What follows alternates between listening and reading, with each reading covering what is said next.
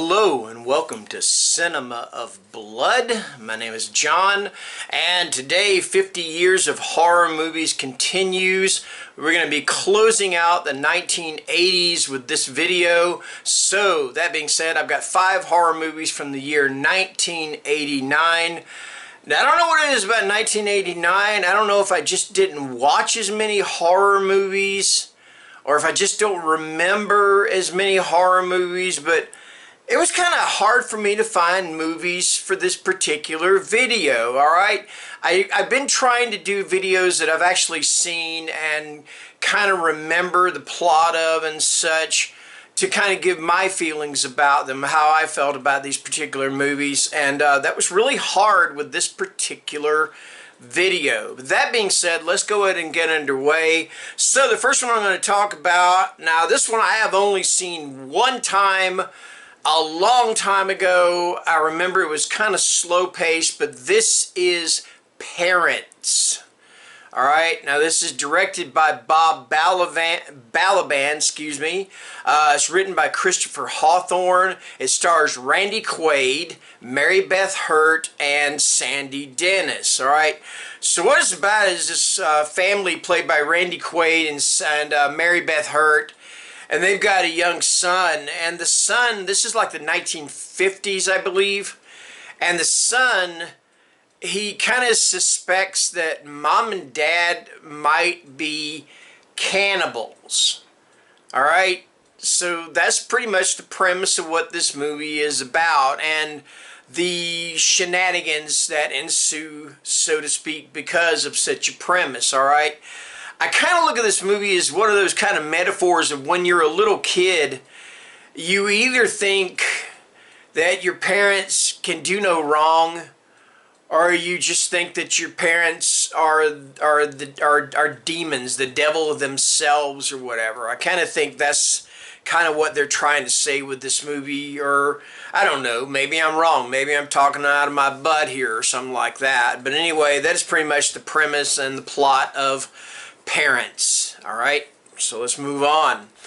Now the next one I'm going to talk about I have seen several times over the years, and I've also seen the remake, and I liked the remake. I know a lot of people didn't, but I kind of liked it myself. Anyway, I'm talking about Pet Sematary, and this is directed by Mary Lambert. Of course, it is written by Stephen King and based on the novel by Stephen King, starring Dale Midkiff, Denise Crosby, and Fred Gwynne. So what this is about is this couple played by Dale Midkiff and Denise Crosby. They get these 2 little kids. One's a little girl, one's a little boy. And they move to this community or neighborhood or whatever in Maine. And because the dad's a doctor and he's taking up practice there. Alright. And first off, their cat dies.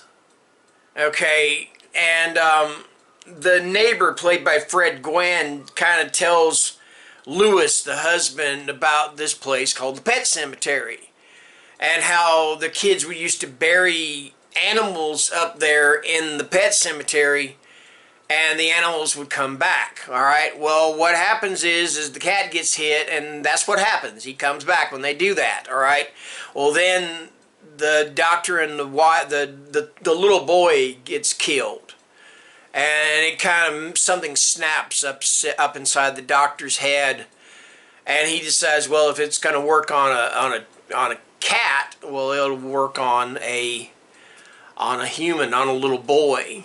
And yeah, not so much, because to be honest, when you put something up there, it comes back a lot different.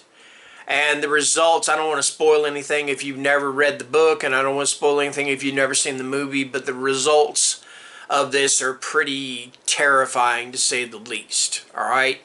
So yeah, that is Pet Sematary. Okay? Alright, moving on. Number 3, we have got Shocker. Now, I was going to include another movie that I saw back in 1989 that is very similar to this one, called The Horror Show. And then I looked and I noticed that Shocker was on the list. And this, I think Shocker was a better movie than the horror show. But what it's about is this guy named Horace Pinker. Horace Pinker is a murderer. He's kind of a mass murderer, serial killer, or whatever. And he murders the wife of this police detective. And the police detective's got a son. And the son has some kind of weird bond, like dreamlike or psychic bond with Horace Pinker. And he leads the cops to where Horace is, and Horace gets arrested, and he gets executed in the electric chair, all right? And the thing about it is, though, is Horace comes back, and he's coming back to get revenge on the son. I'm sorry, you know what? I didn't mention who wrote and directed this. It was written and directed by Wes Craven, all right? It stars Michael Murphy, Mitch Pileggi, he plays Horace Pinker, and Peter Berg. Peter Berg plays the son, all right? So anyway, they execute him. Well, Horace comes back, and he's after the son with a vengeance for getting him caught and everything, and turning him in and getting him executed or whatever, causing him to get executed. And the thing about it is, though, is that Horace can jump from one body to another.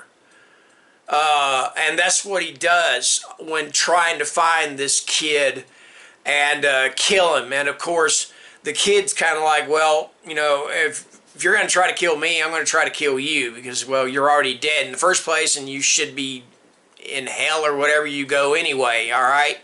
So, yeah, that's pretty much the premise of Shocker.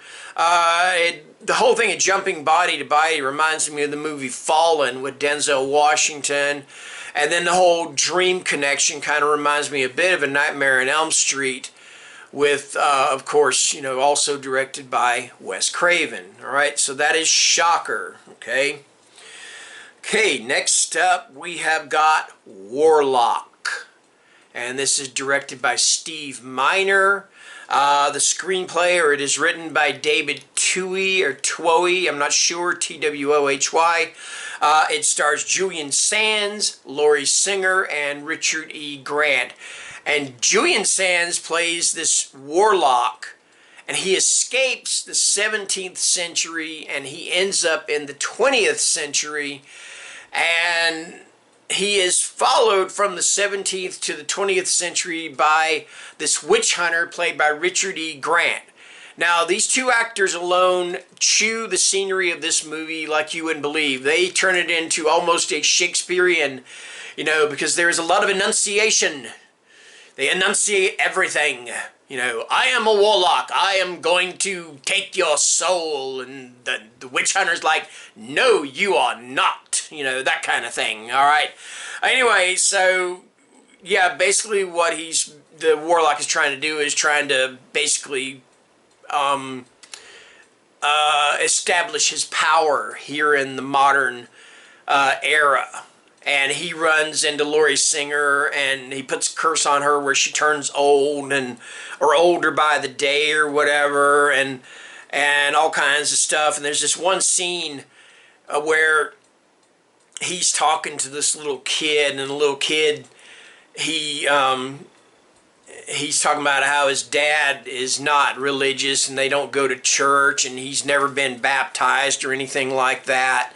And the thing about it is that if anybody, you know anything about warlocks and witches, a lot of things they say is that they need the fat of unbaptized children. So you kind of put two and two together, and you see these two sitting, talking on the swing set, and then you don't see this kid for the rest of the movie. And I think that makes it even more terrifying. It's just kind of what probably happened to this kid, okay? I think it's pretty wild. Anyway, that is Warlock. And so now we're going to move on to the last movie. And this is a British TV movie. It is based on the novel by Susan Hill. And this is, excuse me, this is The Woman in Black, all right? Now, this is directed by Herbert Wise. The screenplay is by Nigel Neal. It stars Adrienne Rollins, Bernard Hepton, and Pauline Moran, and she plays the titular Woman in Black. I have never seen this version of The Woman in Black. I've seen the one with Daniel Radcliffe. I really enjoyed it, but I've heard this one is actually even better than the Daniel Radcliffe version. But what The Woman in Black is about, if you're not aware, is that Adrian Rollins plays Arthur Kidd. Now, it's Arthur Kipps in the book, but in this particular movie, it's Arthur Kidd. And he's a lawyer. And he is sent to this estate of this reclusive old woman, and she's passed away, but he's sent there to kind of settle the rest of her affairs. And it pretty well turns out that the estate is haunted, and kind of the town is haunted too by this mysterious woman in black, all right? So that's pretty much the premise of The Woman in Black. Now, one thing I thought was interesting about the 1989 version and the remake is Adrian Rollins. Now, he plays Arthur Kidd in this version. He played James Potter, Harry Potter's father, in the Harry Potter movies, or at least some of them, whereas Daniel Radcliffe played Harry Potter, and now in the remake, he played the part of Arthur Kipps or Arthur Kidd. So you have two Harry Potter actors that just kind of cross streams or whatever as far as these movies are concerned, and played the same role as the other did. Anyway, all right, that is going to do it. That is 5 horror movies from the year 1989. Thank you guys for watching, and take care and stay scared. Bye-bye.